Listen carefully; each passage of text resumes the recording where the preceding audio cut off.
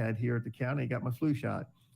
I think it's a great idea for everyone to do that this time of year, especially with COVID still around. You don't want to have get the flu, or you don't want to get anything, but getting your flu shot.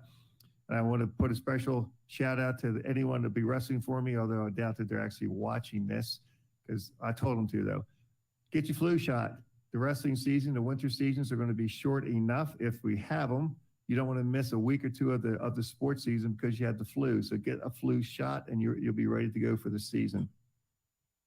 There was a school board meeting last night. Probably most people did tune in to watch it, but I just want to say that schools in the hybrid system will be starting on the 19th for elementary and middle schools.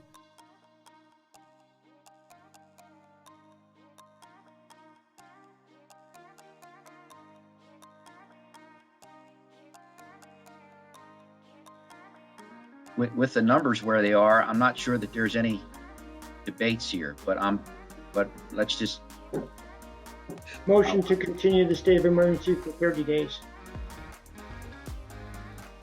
I'll go for 29. I'm just kidding. Frazier's going for 29. I'm going to second that motion. Gentlemen, is there room for debate here, or are we just going to extend this? I mean, I'll open it up. Out of respect, I will open this up. All right, hearing nothing. All those in favor? And opposed? I'll abstain from the vote. Okay. All right. Thanks, Commissioner Boucher. I couldn't see your thumb. That's why I was like, wait, what? Okay. I'll give you the peace sign. Okay, got it. Okay. If anybody saw it on there. If the agenda is one I have in front of me, there's nothing on here about the a COVID update or talking about small groups or sports, because they're supposed to be starting, I think, Monday for sports and small groups in the schools. Is my agenda correct that that's not on there? Commissioner Frazier, we have a COVID-19 updates section of the agenda, which is the way that we're always showing it, and we're not planning to discuss anything that we've already taken a vote on that's moving forward. There is a COVID-19 update on here. I just don't see it on mine, is all I'm saying. It should be item number 3. Do you not have an item number 3 on your agenda? Okay. Do you see it? All right. I did see that. But we are going to, because the sports is supposed to start on Monday, we're not going to talk about that because the idea was that the numbers weren't where they're supposed to be, that wouldn't be going and that kind of thing. But it's not going to be brought up. The board had asked for a recommendation on schedules, but not for recommendations on starting dates. We voted on that, and we will be proceeding in the fashion that we voted on. Okay, and we're not talking about small groups either. Okay. Board members, any other comments or questions on the agenda? No? Then with that, I will call for the vote. All those in favor, can I get a verbal aye, please? Aye. Aye. Any opposed? That passes unanimously. Thank you. Okay.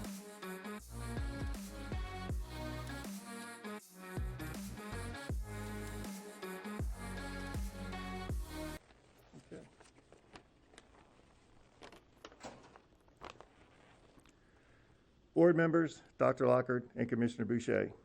I'm here tonight because I believe, as I said in the State of the County address, you have put the safety of the county in jeopardy with your decision to go back to hybrid too soon.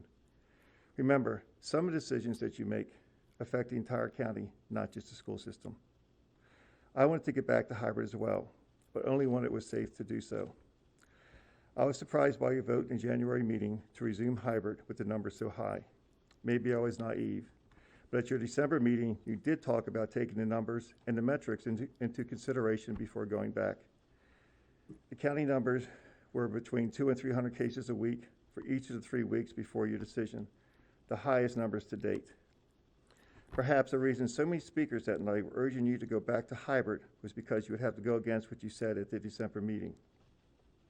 And while very few talked about staying virtual, people assumed you would.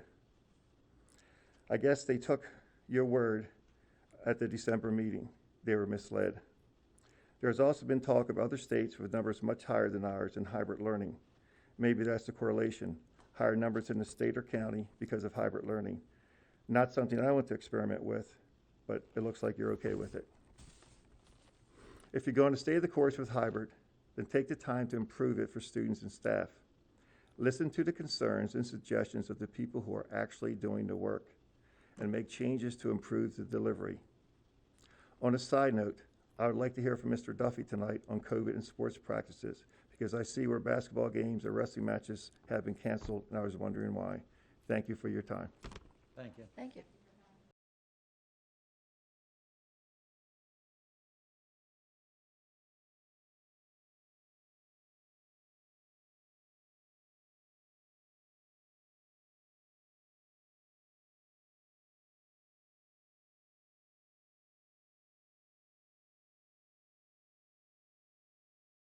And one of the things that student reps are looking for, not just her, but other student reps around the, I guess, the state, are looking to ensure, actually, I think they would put legislation in to ensure that the student reps on the Board of Eds all have a voting role, that their vote means as much as the other people on the Board of Ed. Not a bad idea. So they're going to go forward with that. So we'll see where that goes. We'll see if someone picks it up and puts it in legislation for the state and that, because that's what they're looking for. It's about all I have, except I can't believe we're still talking about this, but the COVID numbers are kind of edging up again. And with winter coming, they're expecting to go a little bit higher.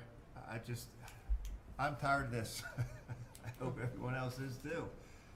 Get vaccinated, get your booster shots, get whatever you need to get whatever you need to get there. It's necessary. It's just, I just don't want to go backwards, but we are sliding a little bit backwards with this. So let's be vigilant on this social distancing. And if you don't wish to be vaccinated, that's fine, but then wear a mask, don't go out in public as often, stay away from large groups, help other people out. That's all. Thank you. That's all. That's all. It's easy. Commissioner Wentz. It's not as easy as what it sounds. No.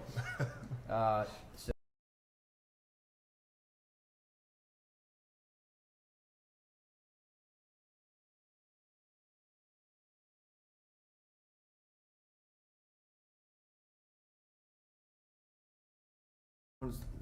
I'll start off what I think we should do for our own buildings. That if someone is not vaccinated, they should wear a mask into the building. And to be honest with you, if we could get the N95 mask, it would be ideal. I don't know, we can get a hold of them. We have them, and those are the ones that should be distributed to the employees, because they obviously are the best. I'd like to have one myself, by the way. But anyway, I think we should do it. If you're not vaccinated, wear a mask in coming into work. And perhaps even if you're not vaccinated, if the job can be done remotely, and I'm not sure, and that all has to be looked at, maybe that's even a better solution, because it would keep them out of the workforce, and the potential of spreading anything would be zero. And using the honor system on whether people are vaccinated or not, because we are not being directive in saying, show us your vaccine card. Well, we're not asking for that right now, but Well, right now. that's what we're talking about right now, yeah, but so let's see how that works. But I'm kind of torn on that one. But so Well, I don't know what others, I don't know what I others think think. the only way to enforce it would be on the honor system, and, Well, it's not we the only don't- way to enforce it, but it's the way we can enforce it. we don't expect Yeah. people to lie because people don't lie, right? And, so if you're saying if you're not vaccinated, to wear a mask in Right. government buildings. Steve, did you have, thoughts, comments?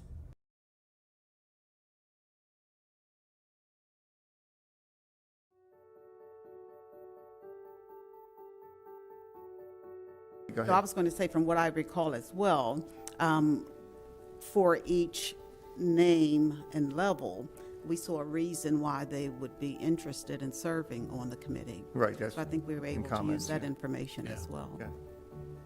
Well, then, there were my last question, maybe, 248 applications. Of that, less than 8% of the applications were from two particular groups. How did they get 60% of the people on the committees? If this is random, I mean, we've all taken, I would think, educational research and statistics classes. That's impossible. How they get on committees. I have no idea, and I have no idea who's in different. We hear the same stuff with our public comments, that I listen to a certain group. I'm I not don't saying listen to anybody any listens to groups. anybody, but that's impossible to happen that way unless it was steered somehow. Evidently, it's not impossible. It happened. is.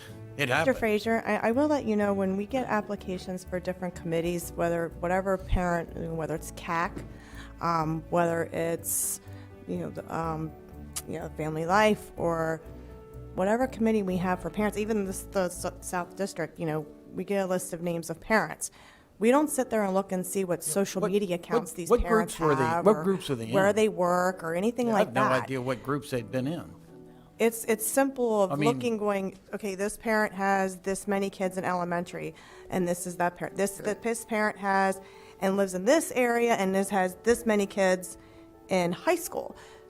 That's what was the simple application process. It wasn't. I'm sorry, I don't have time to sit and look on social media 24/7 I'm not saying to anybody's see looking on what social people media. I'm not are or suggesting are that. No, not I'm not in a suggesting that group at all. of. But what groups were they in? I don't know. What groups were 60% in? I have no idea. Two conservative groups.